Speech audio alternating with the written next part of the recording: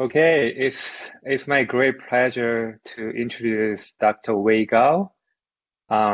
He's an assistant professor of medical engineering in the Division of Engineering and Applied Science at Caltech. He received his PhD in chemical engineering at UC San Diego in 2014. Afterward, he worked as a postdoctoral fellow at UC Berkeley. He's a recipient of IEEE EMBS Early Career Award, IEEE Sensor Council Technical Award, MIT Technology Review 35 Innovators Under 35 Award, and many more. So I'm gonna stop here. Today, we will talk about his recent research outcomes regarding skin interfaced wearable sweat biosensors. So please join me welcoming Dr. Gao. Thank you, Hong, very much for the invitation and for the introduction. It's my great pleasure to be here virtually and to share my research on skin interface wearable biosensors. As many of us know, wearable sensors can play a very important role in personalized healthcare because they can continuously collect data from our body and tell us what's going on and what's going wrong with our health. But if you look at commercially available health monitors, like Apple Watch or Fitbit, they can mainly track the physical activities of vital signs, but fail to provide more useful information about our health at a molecular level. So when we think of one major gap, which is also a great opportunity right now in this field, is how can we collect the chemical or molecular information continuously and ideally non-invasively? We are mainly looking at human sweat. As many of us know, sweat is a very important body fluid. We can retrieve sweat conveniently, continuously, and non-invasively. And sweat contains important biomarkers, including various electrolytes, metabolites that are closely related with our health. We can also identify more than 30 amino acids, many proteins, vitamins, hormones, and you can also see other substances such as heavy metals, alcohol, and drugs. Imagine that if we could sample sweat non-invasively, right, we could actually potentially get our health information and basically in a non-invasive manner. But sweat test is not something new. It has been there for like several decades. People had been using like a sweat analysis for disease diagnosis, doping control, drug dosage control, genomic studies, and fitness monitoring. But still, some of you may say, I've not heard of many sweat test applications. One major problem for past sweat tests is how people collect sweat. People basically put a patch on the skin. They collect the sweat sample, one sweat sample over several hours or even several days. Then they send this sample in the laboratory, and which will analyze the sample over like a week period. As you can imagine, it takes a very long time, and you can only get one point. And this point is the long-term average data. In fact, the biomarker level in sweat changes rapidly. In this case, you don't really get much real-time information. That's why there are a lot of disputes, the controversial about the correlation between sweat and blood biomarkers. The application of sweat analysis is not that many. So one could imagine that if you could develop a wearable sensor, you can place this on the skin like wearing a smartwatch. You can continuously analyze the sweat biomarkers from the skin, and we could use this type of data for fitness tracking, for disease diagnosis, and very importantly, the large set of data collected by this wearable sensor. If we couple the data collection with machine learning, big data analysis, it will enable numerous fundamental and clinical investigations. Recently, we have published several review articles. If you are interested, please welcome to read. So in 2016, I published my first paper on sweat analysis. Basically, we reported a fully integrated wearable sweat sensing platform that can perform in situ multiplex sweat tests. So this system, as you can see from this picture, can perform real-time analysis of multiple metabolites, such as glucose, lactate, multiple electrolytes, such as sodium and potassium. It could also measure skin temperature for real-time sensor calibration. So the whole system can perform on-site signal conditioning, processing, and wireless transmission. So all the data collected from sensor will be sent to the cell phone through Bluetooth and wirelessly and displayed on a customer-developed cell phone app. Eventually, you can save the data to the cloud or send the data to the computer. And since then, we have developed different prototypes. Before I talk application, I would like to briefly introduce several major electrochemical sensing approaches that are being used in wearable biosensor. So firstly, is enzymatic sensors.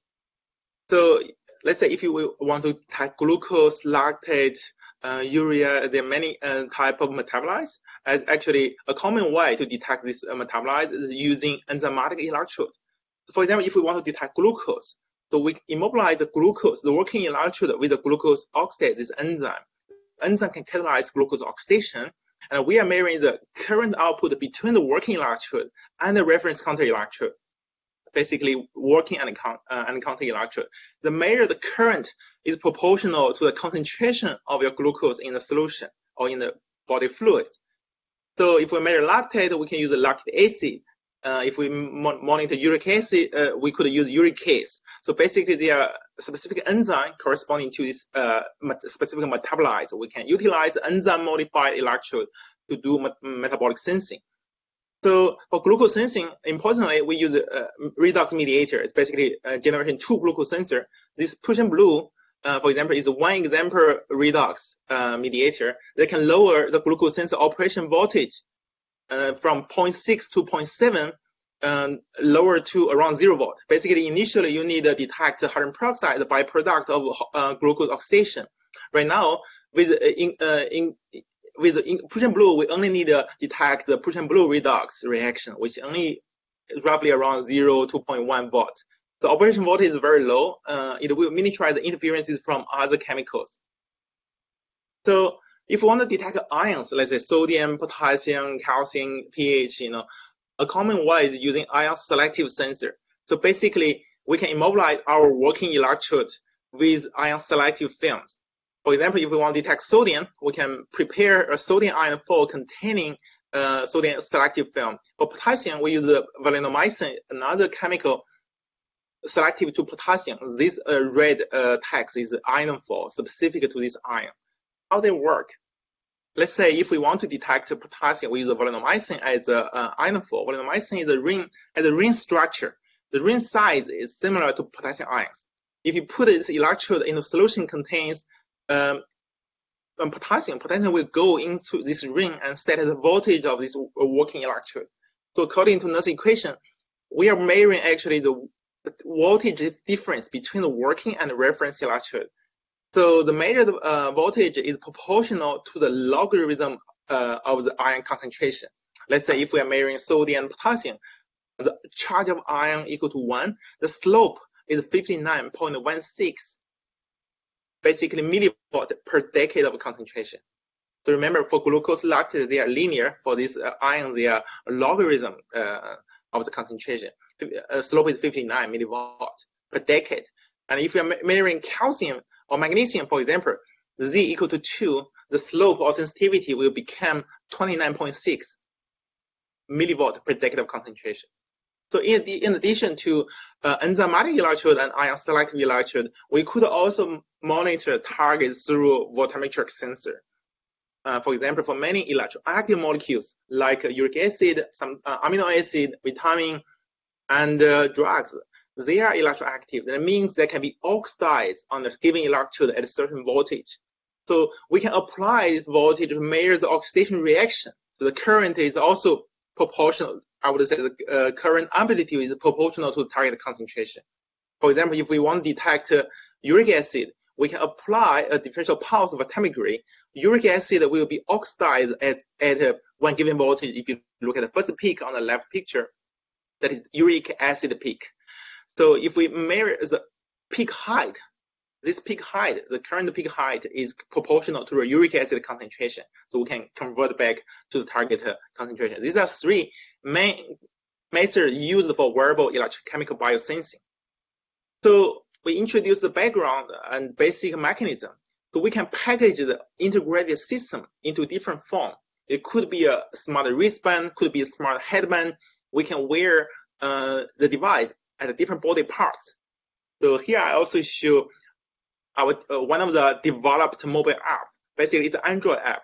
You can pair the electrode, pair the sensor with the cell phone. You can real-time read your target concentration from your phone, and you can also check the progression profile of each analyte. So eventually, you can save the data in the phone or send the data to the computer through email. So with this integrated system, you could continuously collect data from your daily activity while you're doing exercise. So it can be used for many applications. Some examples including kidney function monitoring. Let's say calcium level is a very important biomarker for kidney function. People actually, previous reports show that the sweat calcium level for the people with kidney problem will be twice as high as healthy people. But monitor calcium directly in sweat using ion selective electrode, basically you're measuring calcium ion, which is not fully accurate because you want to get a full calcium level. Some calcium is ion, some calcium not even ion formed. That's why, because calcium ion level is depending on the pH. When you have lower pH, you have higher calcium concentration. That's why to get an accurate calcium profile, ideal to monitor both calcium and pH together. So that's why we propose this multiplex system. You can monitor calcium and pH simultaneously through this sensor array. And we actually validated the sensor with commercial pH meter and ICP-MS. Doing our sensor, can really get accurate information. We can get a simultaneous measurement, and this could be very useful for kidney function monitoring. Another application is heavy metal monitoring. Like we are exposed to heavy metal every day. They are closely related with our health also. Some of you may still remember in the past, several years ago, the water crisis in Michigan Flint has already caused many children's health problems because of the lead contamination in water. So basically, even through our food intake and water intake, even if you are sushi level, let's say you may be exposed to high mercury. So we are exposed to heavy metal every day. And our sweat is a way to detoxify ourselves, basically. Sweat contains heavy metal, but the level is pretty low. How can we detect heavy metals in sweat? One of the methods is using anodic stripping vitamin.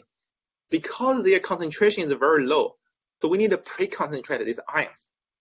So basically, by applying a low voltage, the heavy metal ions will be deposited onto this microelectrode from a heavy metal film. This heavy metal film can be oxidized at a given voltage again. If you apply voltage from low to high with differential pulses, each heavy metal will be oxidized into ion back again and at a given voltage. By reading the current height at a given voltage, you can get this specific heavy metal concentration. So based on this, we can get 5 heavy metal simultaneous monitoring. The whole sensor array, as you can see, is very small. So till now, many people may have a question. Since you are doing sweat sensor, what if I don't have sweat? Because most of the time, accessing sweat need a vigorous exercise, right? Or if you want to do a clinical study, what if the patient cannot even do exercise? So these are very good questions we have to address to make sure our device can be used by most people, right? So we actually found a process how to induce sweat beyond physical exercise. And through a process called interferosis. In a clinical setting, the doctors use this process to induce sweat. Basically, by using this equipment, you can apply a current through the skin. And you have the other hydrogel on a 2 electrode. When you apply positive current, the positively charged drug molecule will go with the current to enter below the skin and actually stimulate the sweat gland, trigger local sweating. And the clinician usually collects the sweat using this microdot collector. Then they send this sweat for a laboratory to analyze the sweat chloride. This is used for cystic fibrosis diagnosis, which is a lung genetic disease. Sweat chloride is the gold standard for CF diagnosis. So inspired by this process, we developed an integrated system that includes the interferosis module and the multiplex sensing.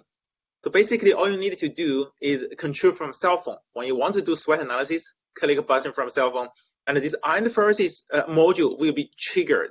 The mode 1, when a small current will be applied through the skin between the interface's electrode, and you only need to apply several minutes. Then sweating process can last pretty long, could be hours. So basically, you can repeat this process over time as well. You can imagine in this case, you don't even need to do exercise. You can just do computer work, and you can still get continuously the sweat and get data from your sweat sensor. So in collaboration with the Stanford School of Medicine, we characterize how different type of drug will influence the sweating process. For example, the most commonly used drug, pilocarpine, is FDA approved. Most of the time used on the infants, so it's pretty safe. So every drug, you have different profile in case of the sweating. As you can see, if you control the drug, those drug types, you can actually tailor the sweating profiles. If you look at some parameters like response latency, it means after you apply current, how long sweat will come out. If you use the pilocarpine, the red one, 240 seconds. That means after 4 minutes you apply the current, sweat starts to come out. But if you use acetylcholine, this process only takes 52 seconds. That means sweat nearly immediately come out after you apply current. You can get a very quick sweat process. By control these drug types and drug dose, you can control how fast you sweat, how much you sweat, and how long you sweat, basically.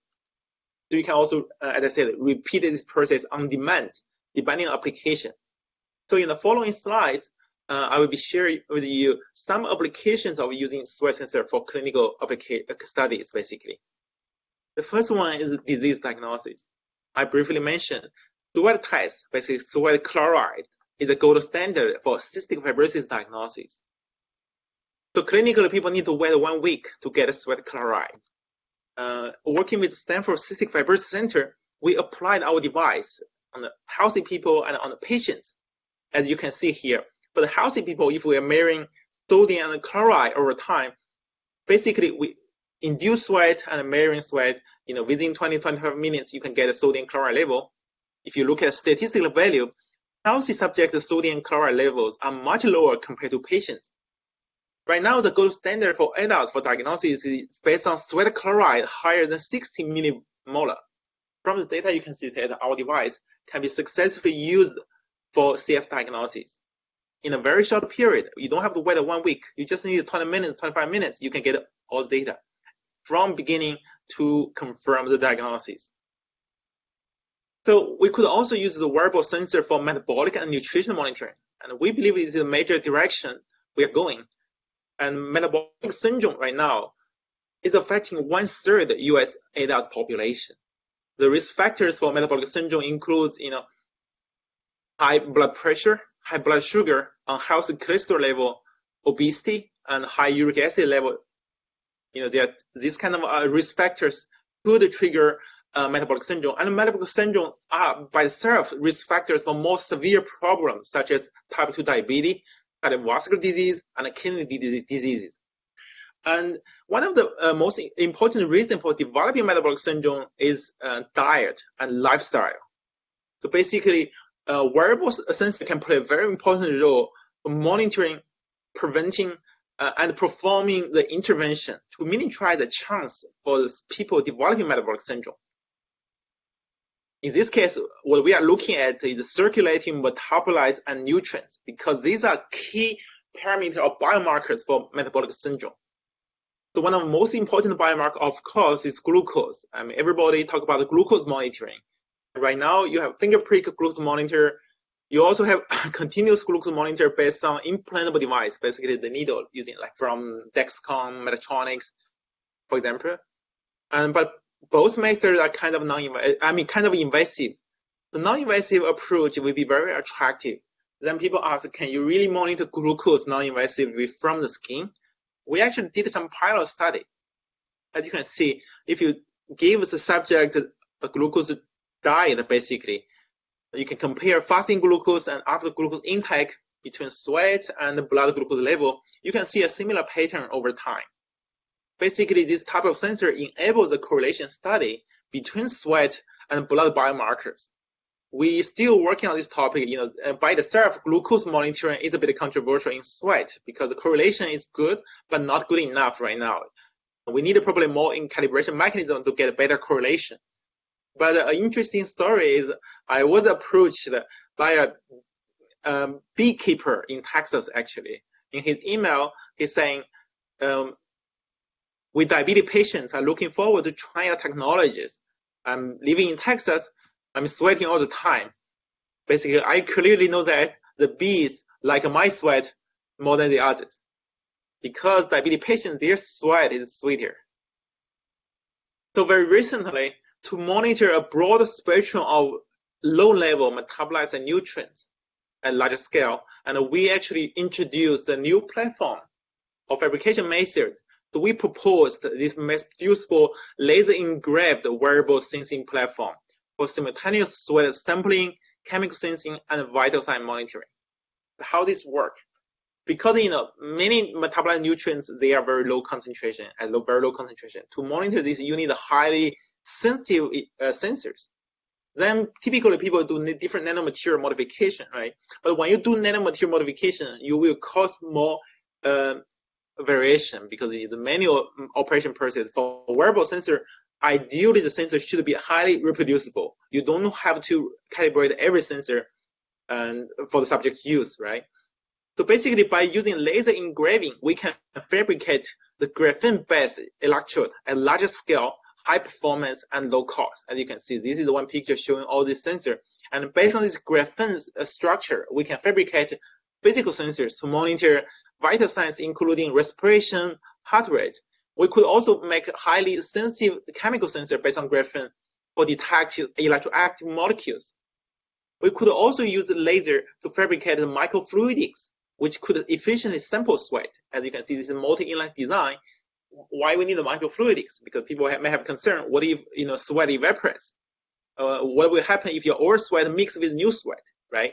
With microfluidics, you will miniaturize this kind of problems because there is limited evaporation, everything in the microfluidics, and you will also have always newly secreted sweat will flow through a sensor and push away old sweat. You get near real-time information.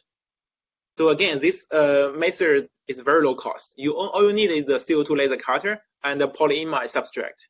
So basically, laser will directly carbonize the polyimide to form this graphene structure.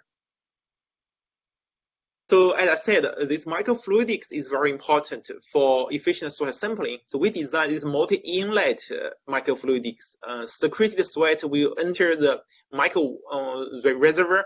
The sensor is in this micro reservoir to perform real-time analysis. Now we did like simulation and the experimental measurement. We found that basically 2 to 3 minutes, that's a potential delay for the sensor measurement.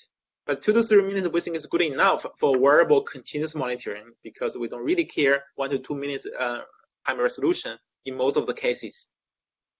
So we, as I said, we usually do integrated system rather than only like a sensor electrode. So we did a system integration. This is my student. He wears a sensor, integrated sensor at the wrist and at the forehead, and we can real-time read the analyte concentration from the phone. And we also did a validation of our sensing accuracy with HPLC. When you measure uric acid, for example, we use HPLC to measure, and use our sensor to measure, we get a very high linear correlation. So during the continuous physical activity, you can measure the biomarker level continuously, as you can see here.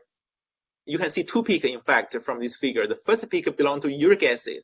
The second peak belongs to another amino acid, tyrosine. Both are very important for our health monitoring. For example, tyrosine, people reported that for the trained people, their tyrosine level is much lower than healthy people.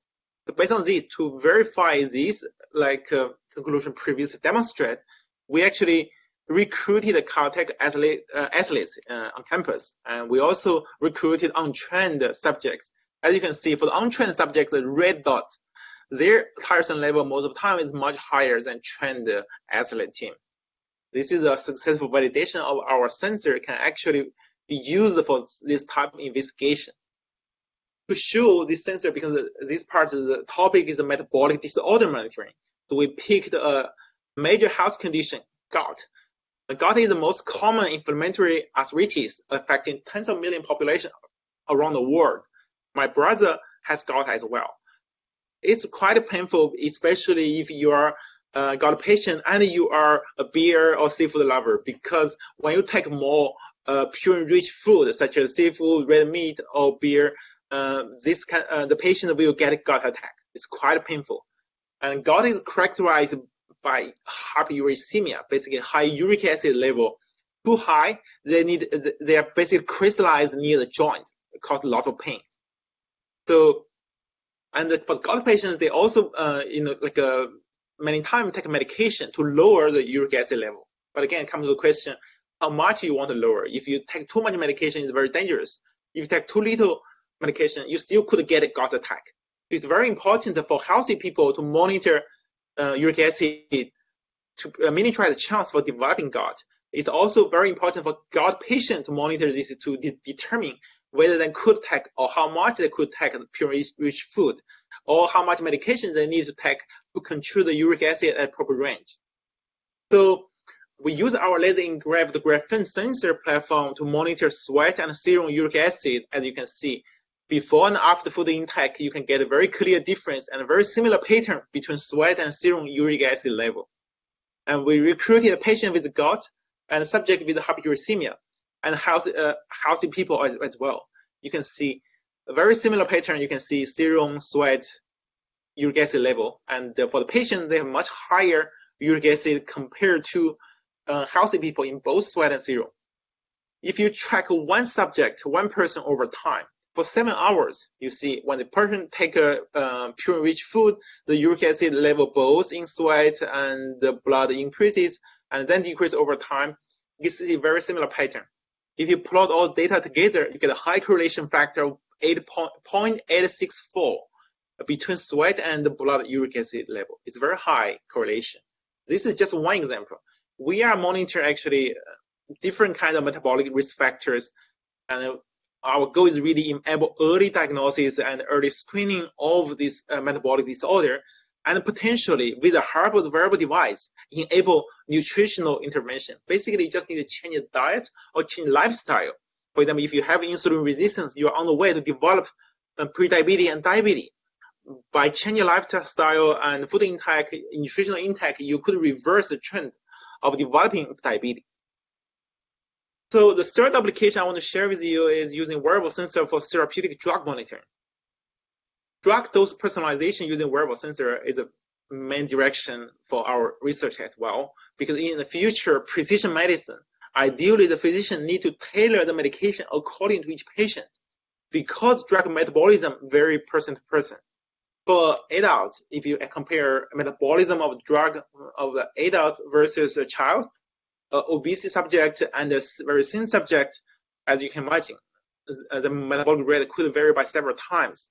But right now, what doctors can say is every day you take one pill, take two pills, there is really very few personalization process getting involved.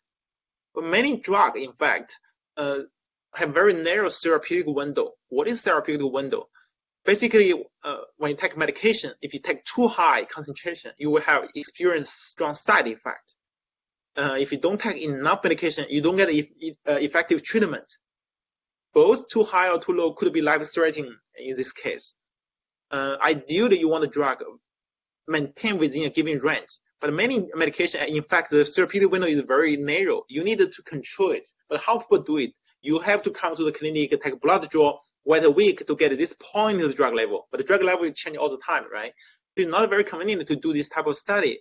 And it's nearly impossible for a rare disease to do this therapeutic drug monitoring because you don't get enough sample.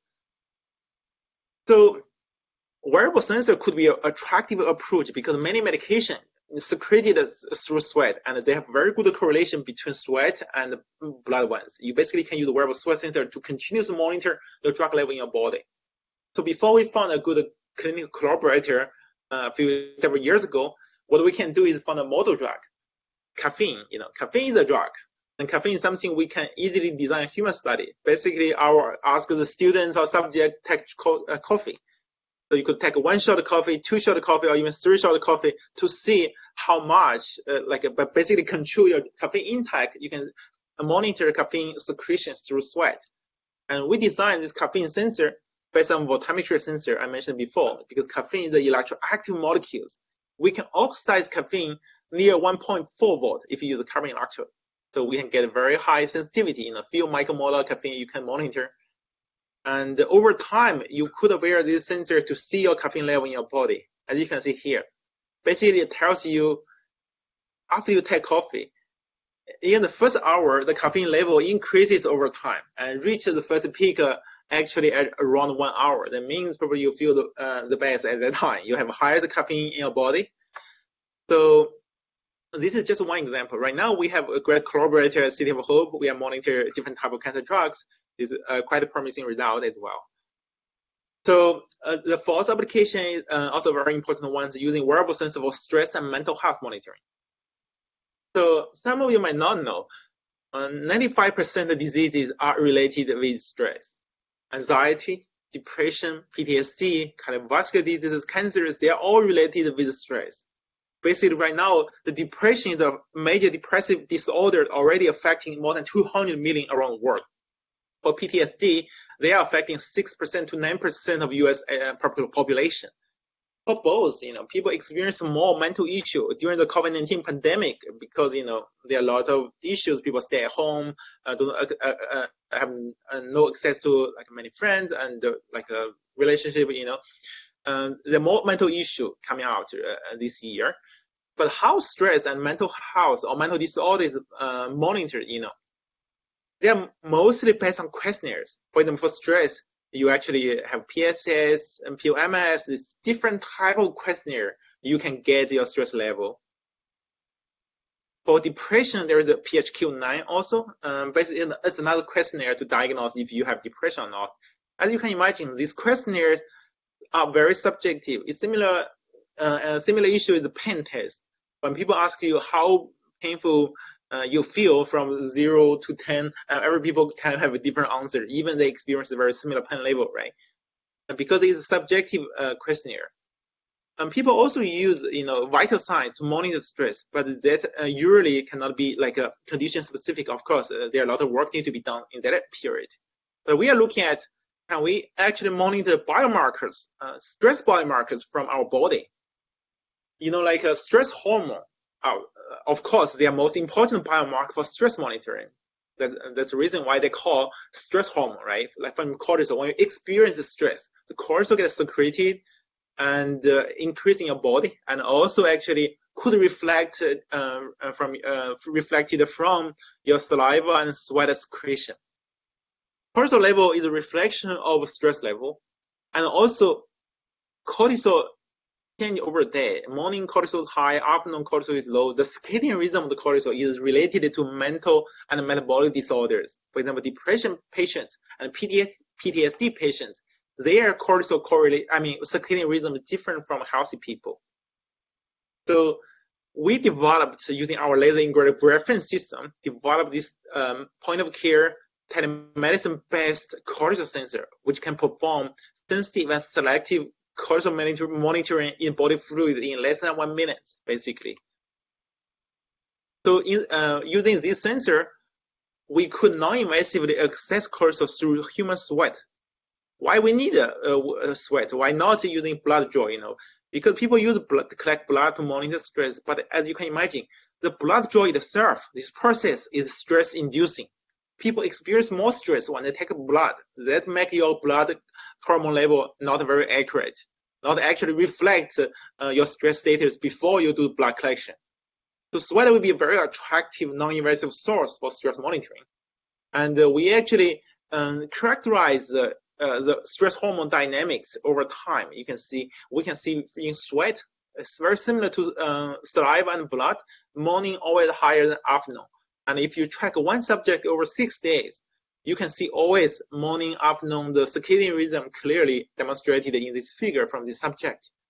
And we can have identify actually a very high correlation between sweat and serum cortisol level is, again, correlation factor is 0.87. pretty high already. We are the first one to characterize these dynamics over time of stress hormone in human sweat. Not only we found a high correlation, we actually thought about if we could validate if our sensor can capture the rapid response, rapid changes of the cortisol level during stress response events. That's why we designed more human studies. We actually applied the different stressors to the subject, give people stress, in fact. For example, aerobic exercise is a stressor, and the cold pressure test is another stressor. When we increase the stress, we actually can quite quickly check this stress hormone level in sweat using our sensor. As you can see, during exercise, during cold pressure test, we both rapidly detected the cortisol increase using our sensor, indicating that this sensor can be used for rapid stress tests. And very importantly, it opened the door for mental health diagnosis eventually for future applications. And I want to mention that for the cold pressure test, it's the standard pen test, in fact. So you put your hand into ice water, you will feel pain and stress, in fact. I was the first subject in my lab to do this study. Well, not an official subject. When I first time try, all my students actually are looking at me, making me even feel more stressful because in the first minute it's quite painful. I really want to bring my hand back. But everyone looking at me, making me like, okay, more stressful, but I have to stay longer. Eventually I realized why they're looking at me, because everyone, they put $1, they just bet how long my hand can stay inside. So, our sensor in this case, we are right now working with NASA to use this technology for mental health monitoring of the astronauts in space. So not only we are working on wearable, developing novel wearable biosensors for health monitoring through chemistry material innovation, we are also trying to address the challenge, one major challenge for future wearables. How can we power future wearables? Well, people could think about the battery. Battery, you need to recharge. Not all the place you have place to recharge a battery, especially let's say for the soldier or fighter, they perform tasks in the field. There's no much accessibility for electricity. You could say near field communication, but you need to put your phone very close to get electricity using near field communication. So that things come into our mind. Since we are doing sweat tests, can we use our sweat to power the whole wearable? The answer is yes. Very, very recently, we developed a biofuel powered electronic skin. Actually, this is the first time we demonstrate a battery-free biofuel powered electronic skin can perform multiplex biosensing, signal processing, and Bluetooth wireless communication. Bluetooth wireless communication consuming very high power. So how can we achieve that? Right? We have to address issue because biofuel suffer challenges from low power density and low stability. So actually, through material innovation, you can see here we use from 0D to 3D nanomaterials on both anode and cathode. On anode, we actually immobilize carbon nanotube on top of graphene, graphene on the top of a 3D nickel structure. On the cathode side, we use platinum cobalt nanoparticle on top of carbon nanotube network. In fact, we increase the anode surface by 3,000 times, and we can get very high power density out of these biofuel cells. Actually, what we achieve in raw sweat from subject, the record is 3.6 milliwatt per centimeter square. As you can imagine, per centimeter square is a very small area. You can get several milliwatt. The power density is by far record breaking, basically the highest recording in the literature for wearable sensor in raw biofluid. So not only we can get a very high power, we can also get a very high stability. So one of the issues for previous biofuel cell is poor stability is the cathode. The cathode get poisoned and get decreased performance over time. If people use platinum, it get poisoned. If people use the silver oxide, it get consumed.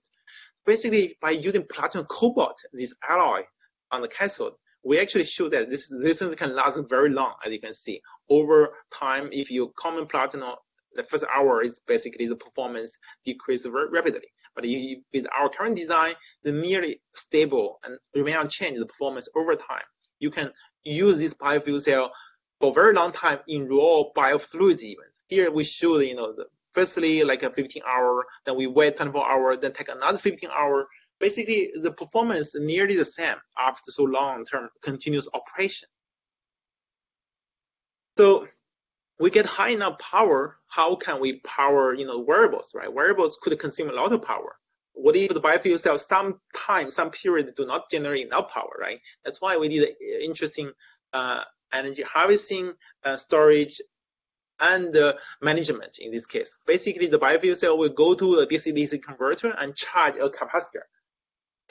When they charge the capacitor to a certain voltage, the capacitor will power the wearables in a short period, collect data, send a package, then it go back to the charging period. If the sweat contains enough lactate, it could continue to operate. If the sweat doesn't really contain enough lactate, it could, charging, powering every second, you send data, not only every second, for example. So basically, most of the time, the system is in a deep sleep like operation. It only takes 2 microampere, very low power. And in active mode, it only get active for 10 milliseconds, do the measurement and send a package. So this is how the system works. So we did the integration on the soft platform, and we did all the IC on the polyimide as well. Eventually, we use PDMS to encapsulate the whole system, the waterproof. And the sensor is super stable, as you can see. This is continuous charging for 50 hours. And this is continuous charging in sweat for a day. And we actually show that you don't even need much lactate to power system. All you need, because lactate concentration will affect how fast you do a measurement. If you have 20 millimolar, you can do very quick measurement, charging, discharging. But if you have very low lactate, 5 millimolar, you can still do operation 20 seconds, 30 seconds to do a measurement, which is still good enough for most wearable sensing applications. So with this system, you can continuously collect data. We designed this urea, ammonia sensor, glucose, pH sensor. You can use this battery-free system, continuously collect data. And very recently, in collaboration with Professor Azita Imami, an electrical engineering professor at Caltech, we developed these systems, integrated circuit. Basically, as you can see, this integrated circuit only has a dimension of 1.06 and by 1.32 millimeter. Very small. Including the biofuel cell, the fully packaged system is only 5.5 versus multiple, but basically 6.2 millimeters. Very small. So it can, efficiently harvest energy from lactic acid and perform signal processing and wireless communication. So the whole system is very low power and very small dimension. As you can imagine, with this power consumption and size, we can integrate many more sensors on this platform. So in addition to using sweat as a power source, we could also harvest energy from human motion by using triple electrical nanogenerator. For example, we are using a flexible printed circuit board based FTNG. We can harvest energy from body motion. And with similar energy harvesting process, we could also power this wireless system continuously, and including Bluetooth communication. It's a very similar approach we demonstrated using biofuel cell. And as you can imagine, we could even combine both together to power system. While you don't do exercise or don't even have sweat, you could use motion to power the system. And when you have sweat, you use biofuel cell. This could be a hybrid system. So both doesn't really need a battery for this full wearable system. So the last example I want to share with you is another on our progress on wearable sweat sensor. It's about using a similar technology we used for our wearable sensor. The one we talked about, the laser-engraved graphene system we use for uric acid and cortisol detection. We actually recently, to address the need of urgent, quick, fast tests for COVID-19 diagnosis, we developed this graphene-based multiplex COVID-19 monitoring system. We call it SARS-CoV-2 RapidPlex. It's a mass-producible platform, a very low cost. This whole graphene electrode multiplex sensor array costs 5 cents. So basically, this platform can simultaneously monitor different categories of COVID-19 biomarkers, including SARS-CoV-2 antigen, which tells you whether you are infected right now or not. We could monitor virus antibody, which tell you the immunity, whether you have previously get infected with COVID-19 or not. We could also detect inflammatory biomarker, which actually tells information about the severity of the infection. So this single multiplex sensor patch can perform the simultaneous monitoring of 3 category biomarker, which could tell us the infectious stages, severity, and immunity. Basically, this device tells all the information within 10 minutes. Basically, all you need to do is just a drop of blood or drop of saliva. So very rapid test and low cost. It's ideal for in-home remote COVID-19 tests. So to summarize, basically, mostly today I demonstrated our wearable sweat sensing platform for personalized healthcare. We developed this platform to continuously collect data, different biomarkers from sweat, and we could use this information for fitness tracking, disease diagnosis, and very importantly, it opens the door for many numerous fundamental and clinical investigations. If we couple the data collection with big data analysis, because right now we have a lot of data from vital signs, but we do not have data from chemical side or molecular side. That's a missing part of the information. So in the end, I would like to thank my group at Caltech. This is my group like a year ago already.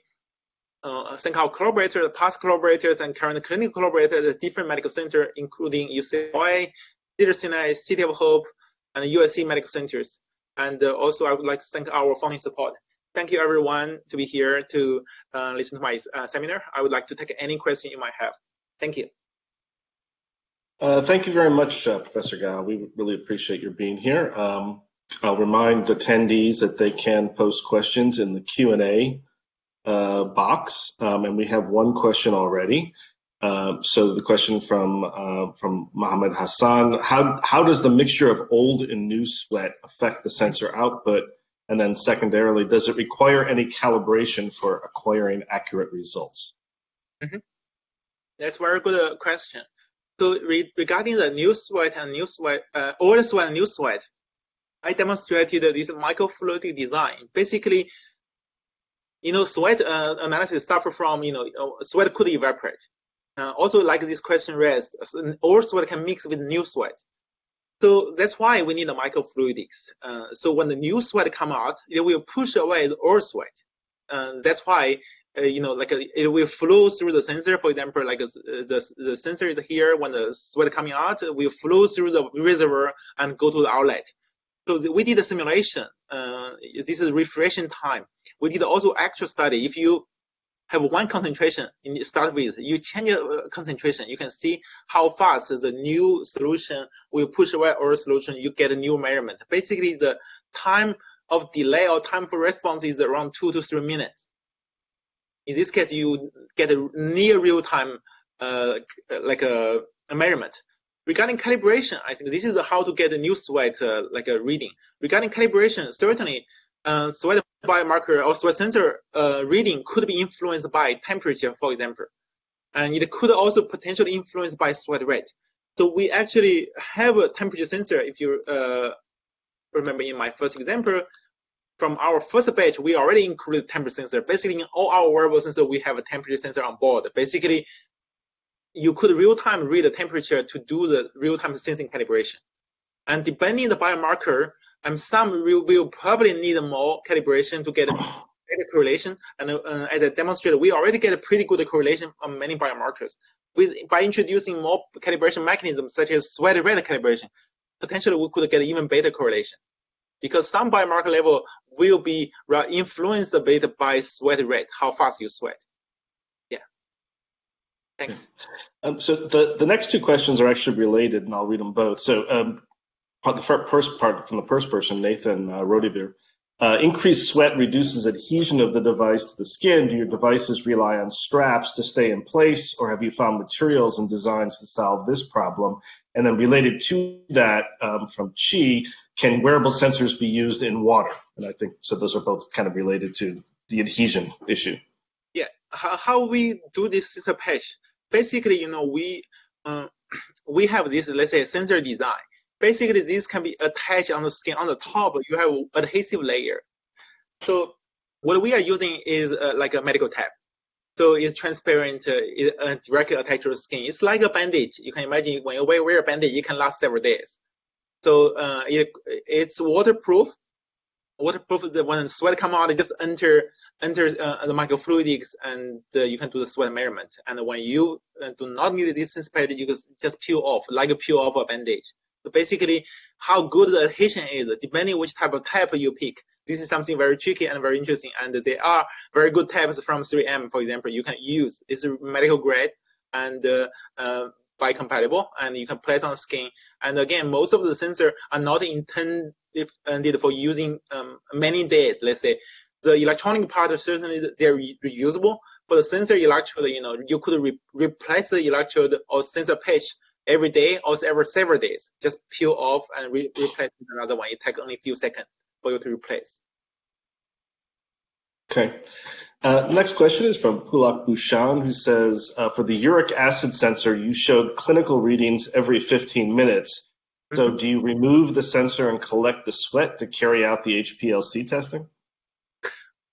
Oh, so for the HPLC test, this is not on-body test. This is just for sensor validation. So we collect sweat from the skin, and we do the same sweat sample, basically analyze and use the sensor, and analyze and use HPLC. We just compare the sensor reading in the same sweat sample is the same or identical with the HPLC reading in this case. It's not on-body. Okay. From Paolo, the question is, what sensing platform was used for cortisol monitoring? So for cortisol sensor, by itself right now is not a wearable system. As I said, we call it a telemedicine biosensor. It's based on antibody. So basically, we immobilize the cortisol antibody on the graphene. And this is the antibody, of course, is very selective to cortisol, and it bound to the cortisol. Right now, it's one-time use, but the detection speed is very fast. We just need 1 minute to get the cortisol reading. So from this method, we can still get near real-time cortisol sensing. Yeah, and our goal is really achieve continuous monitoring for cortisol as well. That's why we are on the way to do that. And the question that I'll ask as a follow-up to that is, so what is the largest analyte you can detect through skin?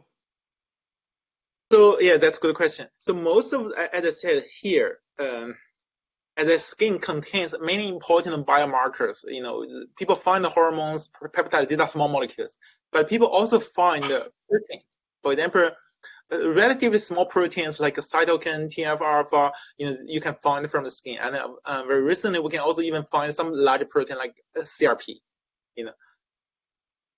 But when you detect the large protein, their concentration is much lower, of course, because large protein is harder to secrete through sweat gland, and they present at much lower concentration. So it's much harder for developing a wearable sensor to analyzing the protein from the skin.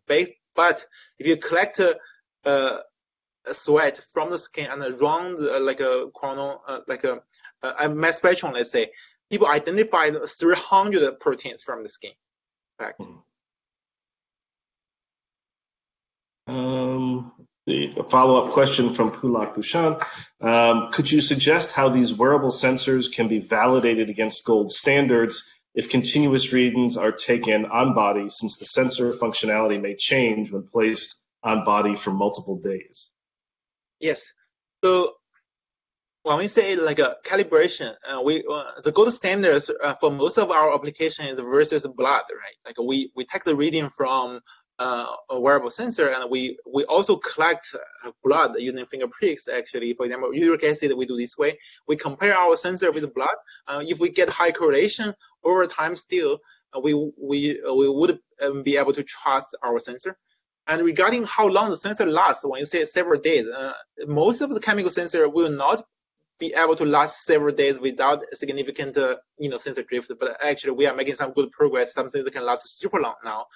But the realistic case is we don't have to wear a sensor or wear a patch for very long, for like many days, as I mentioned earlier, because we make this platform mass producible and low cost. So you basically only need to replace this low cost sensor patch, let's say every day or every several days. We do not even want to do calibration if the cost is low enough, right? You could easily take a few seconds, change a new one. Right now, like we charge even like our Apple Watch, every day we need to charge. But in case the sensor, right, taking that time, just take a few seconds, we could change the sensor every day or every several days. Great. I think we've reached the end of the hour, so I'm going to say thank you very much to Professor Gao for joining us from Caltech and to Professor Yao from Georgia Tech for inviting him, and thank you all for attending. And remember to join us in 2 weeks for our next speaker, Khalid Saleta from Emory University. Thanks again, everybody, and have a great day. Thank you, everyone.